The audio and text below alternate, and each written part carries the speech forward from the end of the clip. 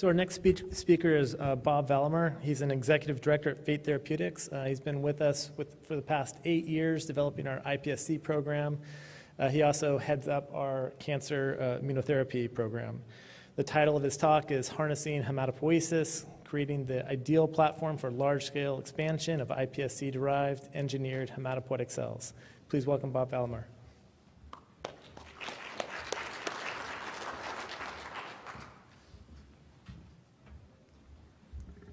Thank you, Dan, for that introduction. Okay. So as Dan mentioned, I'll be today talking about how IPSCs are an ideal platform for creating off-the-shelf hematopoietic products. Here is the forward-looking statements for your review. So IPSCs, as we've talked about and as Dan mentioned earlier, they have a potential to really be the pioneer background source cell for off-the-shelf engineered immunotherapies in comparison to autologous adult cells, the patient source cells. Autologous IPSCs will also need to be made per patient basis. Several publications have shown that with HLA matching considerations, you can bring that down to potentially hundreds to thousands of IPSC banks that will have broad coverage over the entire population. Ideally, you want to make one cell line that treats the entire population, one bank that is compatible to all. It's a universal compatible cell line. Engineering is easy because, as Rudolph mentioned, IPSCs are ideal cells to engineer. Immune suppression is not required because you've engineered ways to evade the immune cells, the host T and NK cells. There is no graft versus host potential or risk because simply these cells no longer have the TCR that will attack the host. So you've either engineered them out or you use the source cell that has a TCR that's been already targeted to something that does not threaten the host cell, the host body. And the failure rate to deliver these therapies is low because you've created one ideal bank that has been tested time and time. The relative cost and commercial value are low. And commercial value is high, and so the treatable population is a large population. Now, there are a lot of considerations to create this off-the-shelf therapy and bring it into an immunotherapeutic opportunity. So taking the naive IPSCs, creating definitive CD34s and effector cells all have multiple considerations, and so your reprogramming has to be dependable. You need a clonal uniform population of pluripotent cells. You need them to be unlimited in terms of expansion. You need to engineer at the single cell level. It has to be controlled. It has to be safe. As I mentioned, compatibility has to be universal. You need to have a robust, scalable differentiation strategy. The cells need to be persistent. And you need to start thinking about the next generation of immunotherapeutic opportunities, such as payload delivery and refractory checkpoint inhibitors, to really be able to start thinking about approaching solid tumors and really going after those more difficult cancers. Of course, your tumor cells have to be specific. You don't want to really have on-target off-tumor effect. And as well, you need basically an efficacious effector cell. So how do we do this? How do we create the product? Well, obviously, we have to start with a platform. And we've been fortunate enough to have two of the pioneers of IPSC technology as our scientific founders, Rudolph Jaenisch and Sheng Ding, as Dan mentioned. And really, what we've done over the past 8-9 years is taken their pioneer work and really applied it to create a platform. And as we've published before, you can really take a small volume of source material, such as blood, 100 microliters of a cord blood, can give rise to an engineered reprogrammed population that can be single cell derived in a 96-well plate, as you can see here, FACS-sorted individual IPSC colonies, all under the control of small molecule modulators for reprogramming. These cells are expanded and tested for desired attributes. The clonal lines are expanded in an unlimited fashion, supported with another small molecule cocktail.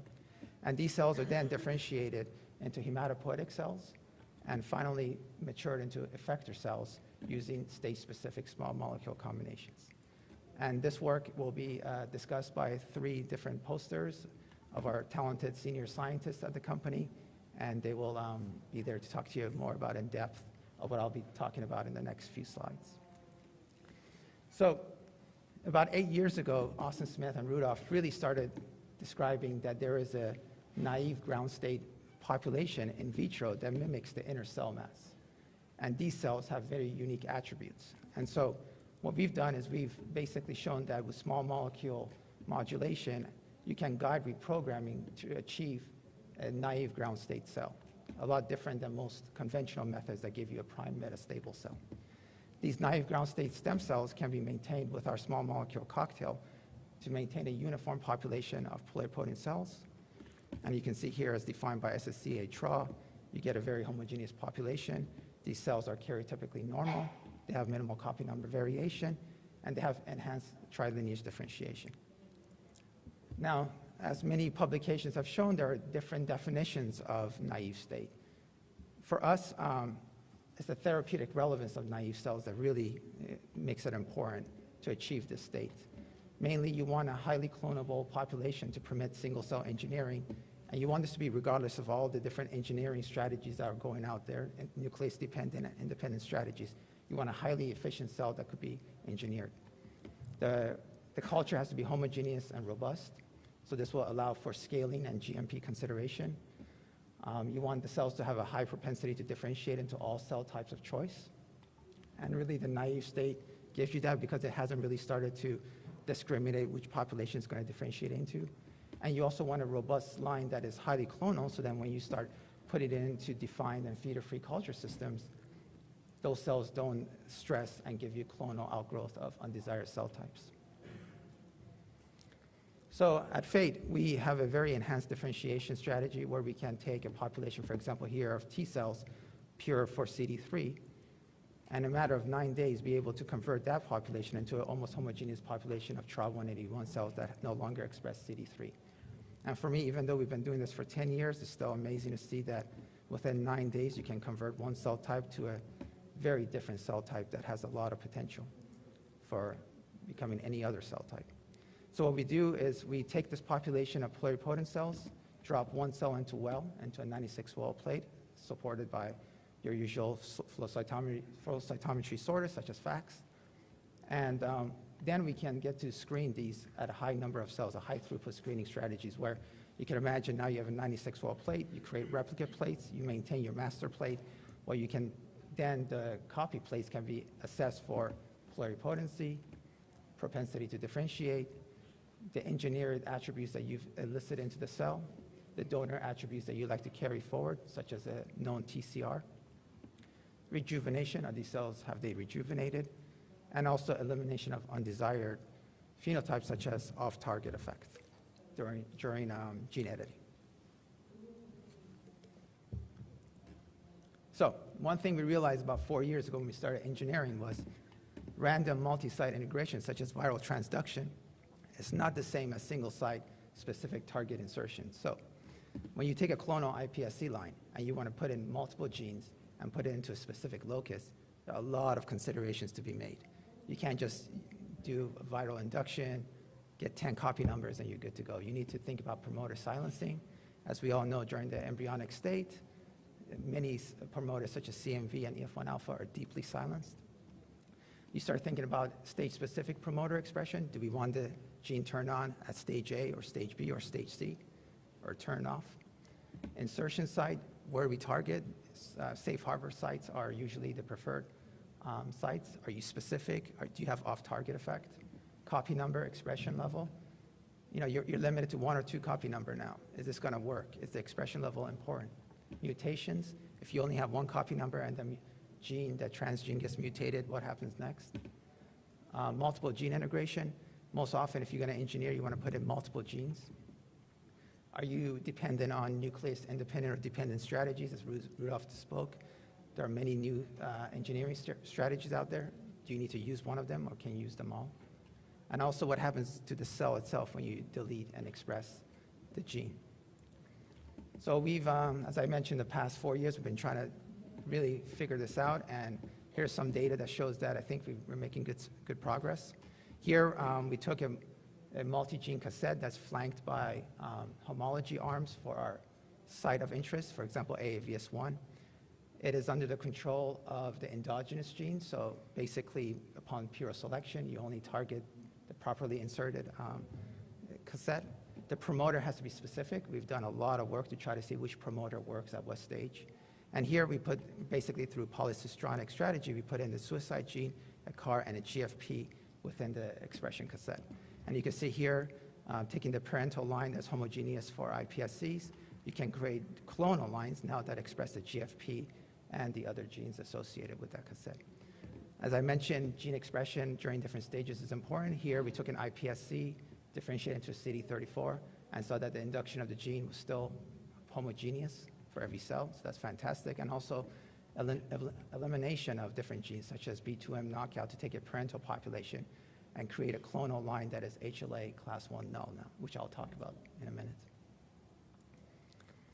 So here is some of the actual proof of concepts that we've been applying to as we try to create that off-the-shelf therapeutic line. So in order to improve persistence, we need a universal line, as I mentioned before. However, doing this is very challenging. There's a yin and a yang, the T cells and the NK cells. They all kind of whatever you do to one and try to kind of make that one not attack your cell, you're going to get in trouble with the other. So we and others have shown that there are potential strategies to evade both T and NK cells. So for example, here, class 1 HLA knockout and overexpression of HLA E or G can allow the cell not to be recognized by T cells, but also not activating the NK cells. In many ways, knocking out antigen presentation capability of the cell, so then again, the T cell does not recognize the cell, and the NK does not either, or having the cell express immune suppression surface markers where now both T and NK cells and other immune cells are suppressed and do not attack the cells of interest. So I'll give you a snapshot of the HLA knockout, HLA class 1 knockout, and HLA EG overexpression. So here we have the wild-type parental iPSC line alone and engineered iPSC line alone, and in culture you can see that they both grow equally well, as we expect. However, when you introduce T cells that have been primed on the wild-type parental cell, we see that the T cells, as we expect, attack the wild-type iPSC parental line and eliminate the cell. Interestingly, we see that the engineered line that no longer has class 1 expression is not affected by the primed T cells. So that's great, but everybody's going to say, you're going to now see the NK cells put into effect their missing self rule and attack these cells. But because we're overexpressing HLA E or G, we can see that activated NK cells in culture with K562, in co-culture with K562, wild-type parental cell, and the engineered iPSC have different effects. The K562s, which are HLA null, are quickly recognized by the activated NK cells and eliminated, as you can see here, for example, effector ratio of 10:1. However, that's not the case with both the wild-type and the parental cell. So the wild-type parental cell and the engineered iPSC. So in vitro, this is really cool. We've evaded both T and NK cells. How about in vivo? In vivo, we decided to kind of do a stringent test where, as most of you know, you can take iPSCs and graft them into an NSG mouse, which is immune compromised, and get the formation of teratomas. Teratomas are these multi-lineage tissues that have been risen from the iPSC. So you can see here an IVUS image at week 1 that both wild type and the engineered clone are growing. Now what happens when you put that cell into a fully immune competent cell, such as a C57 Black 6? As expected, at the same duration, we lose the parental line. So as you can see here, minimal IVUS image is shown. However, interestingly, we maintain persistence with the engineered line. So this is really exciting because this is a very stringent test, and we're excited about this. However, after 1 week, we see the same elimination as we do with the wild type. So there are a lot of different theories that we have in play right now, but at first pass, we're seeing persistent cells for up to a week. That's very exciting and interesting. So how about locus-specific targeting? Can we effectively target the AAVS1 locus with a unique gene at the single cell level and maintain that expression? So here we took an iPSC clone and introduced into the AAVS1 target, or AAVS1 locus, the caspase-9 suicide gene. And this is one click, but about 2 years of work where we really understood the biology behind the engineering and derived clones that we put into 96-well plate, single cell through FACS. As you can see here, we can really screen through a high number of clones in a very efficient manner for attributes such as are they IPSCs or are they engineered, and other attributes such as are they monoallelic or biallelic, because we talked about expression is important and copy number is important. So we did a lot of in vitro studies that I won't show, but I'll get into the in vivo results.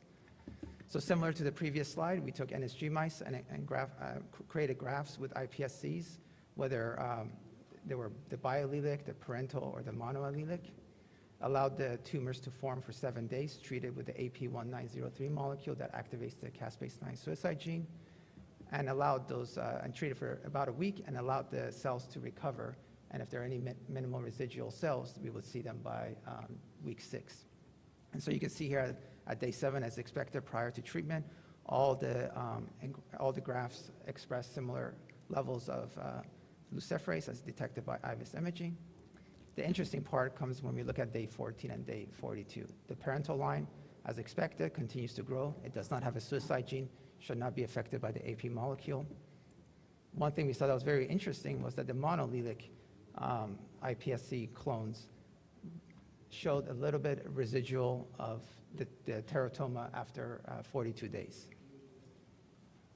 But what we saw that was more exciting was that actually we could eliminate that recovery of the iPSCs after looking at the biallelic expression. So here, a lot of questions can be asked. What happened? Did one of the alleles gain a mutation, or was it silenced? We're still looking into that, but definitely to have a safeguard mechanism of 2 alleles expressing your safety switch is important. Next, can we target 2 different loci within the same cell? So here we targeted safe harbor locus A with viral TK and locus B with caspase-9 within the same population, and screened for pluripotency, as I described before, through our 96-well plate screen assay, as well as screen for genetic alterations at each locus. So here you can see the top panel is the viral TK junction with this locus A. The lower panel is the caspase-9 junction with locus B. And you can see here there are 3 out of 8 clones have contain both junctions, both genes in each junction, without having off-target effect. So how does this perform functionally? We took a minimal refractory line that, without treatment or activation of the viral TK or this caspase-9, becomes basically confluent after 7 days. But when treated with AP molecule to activate the caspase-9, we did notice that there was 1 clone that came up. If we did the reverse, we saw multiple clones that came up with GCV treatment. However, if we treated both, we saw complete elimination of this IPSC line in culture. So this is, again, another way to, as a proof of concept, to show that you can really target 2 loci within the same iPSC line.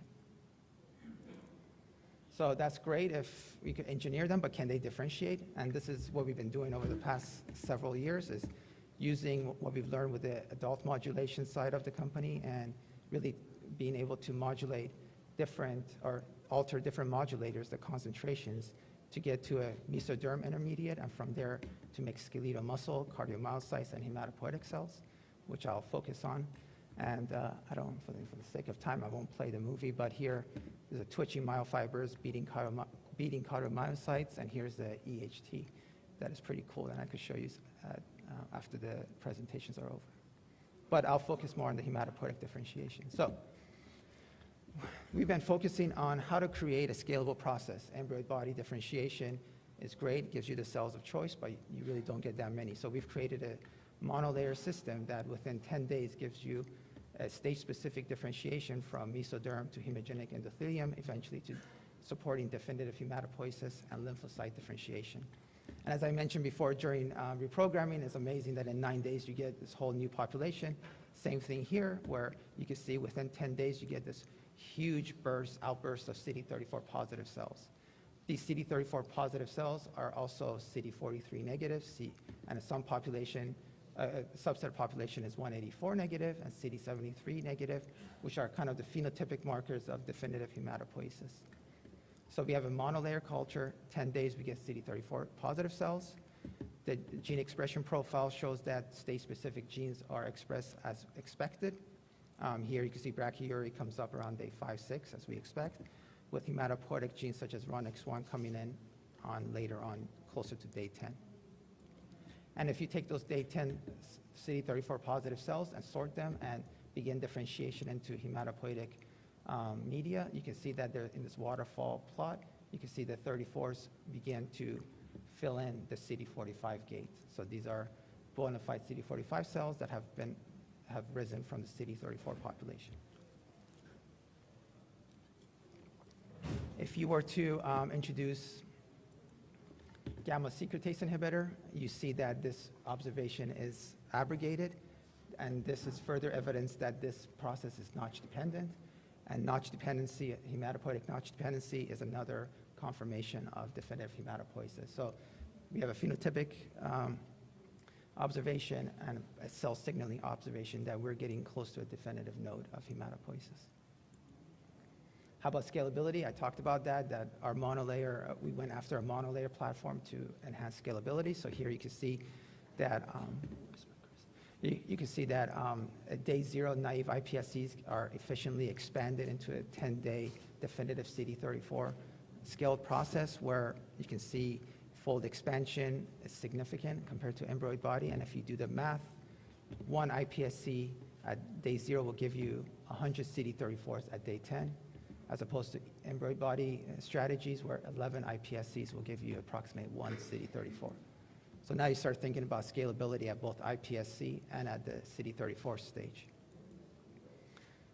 So now you can start thinking about creating therapeutic banks. So if your line is off the shelf, can we create large enough banks to meet the entire population? So in fact, we can. You can see here, if you take a single multi-gene engineered iPSC, you can create a master cell bank of about 50 vials containing about 1 million cells. Within a couple of weeks, you could expand that population to have 5,000 vials if you were to thaw each one and create the bank. So you would have a 5,000 iPSC vial working bank.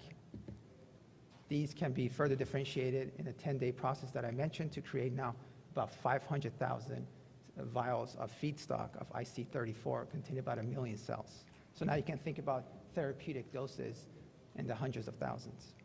And this vial has to have, obviously, ability to be thawed. And so we see that in a fresh ICD34 culture, as I mentioned, the waterfall plot, the CD34s effectively become CD45. Same happens with the thawed culture, where the frozen vials thawed and expanded in the differentiation media can also give rise to the CD45 compartment. All this is great, but how about making T and NK cells? The reason we focused on definitive IC34 was to be able to get all the different cell types of the hematopoietic lineage, and in fact, we can see that these cells can effectively give rise to myeloid and erythroid cells, and more importantly, to T and NK cells. So here you can see a homogeneous culture of progenitor T cells as defined by CD7 and CD34.